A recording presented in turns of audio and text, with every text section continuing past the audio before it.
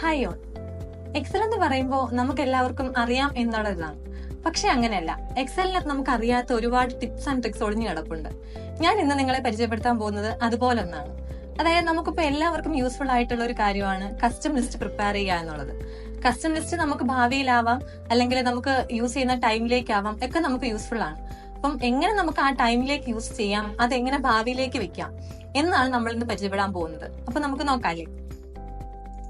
നമുക്കിപ്പോ ഒരു serial number വേണം എന്നുണ്ടെങ്കിൽ എന്ത് ചെയ്യാം, ജസ്റ്റ് സീരിയൽ നമ്പർ എന്താണോ വേണ്ടത്, ഇപ്പൊ 1, 2, 3 ആണെങ്കിൽ നാച്ചുറൽ നമ്പേഴ്സ് നമുക്ക് ഈസി ആയിട്ട് എക്സലിൽ അവൈലബിൾ ആവും. കാരണം അത് ഡിഫോൾട്ട് ആയിട്ട് എക്സൽ എന്ത് ചെയ്തിട്ടുണ്ട്, സെറ്റ് ചെയ്ത് തന്നിട്ടുണ്ട്.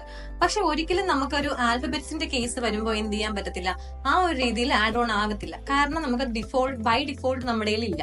അപ്പൊ അത് സെറ്റ് ചെയ്യാനാണ് നമ്മൾ ഇന്ന് പഠിക്കാൻ പോകുന്നത്. അതായത് കസ്റ്റം ലിസ്റ്റ് എങ്ങനെ സെറ്റ് ചെയ്യാം. ആദ്യമേ നമ്മൾ എന്ത് ചെയ്യാം, ഈ ഒരു കസ്റ്റം ലിസ്റ്റ് നമുക്ക് എന്താണോ വേണ്ടത് ആ ഒരു കസ്റ്റം ലിസ്റ്റ് അവിടെ സെറ്റ് ചെയ്ത് വെച്ചിട്ടുണ്ടാവണം. അതിനുശേഷം നമുക്ക് ഫയലിൽ പോവാം, ഓപ്ഷൻസ് എടുക്കാം. ഇവിടെ നിന്ന് നമുക്ക് അഡ്വാൻസ്ഡ് ഓപ്ഷൻസ് എന്നുള്ള ഓപ്ഷൻ ഉണ്ട്, ടാബ് ഉണ്ട്. അതിനകത്ത് നിന്ന് നമുക്ക് ജനറലിന്റെ കാറ്റഗറിക്കകത്ത് എഡിറ്റ് കസ്റ്റം ലിസ്റ്റ് എടുക്കാം.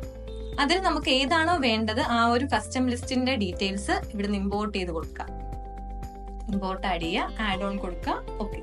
അപ്പൊ നമുക്ക് എന്ത് ചെയ്യും, ഇവിടെ ഈ ഒരു വിൻഡോ വരും, ഇത് എന്ത് ചെയ്യുക, ഓക്കെ കൊടുക്കുക.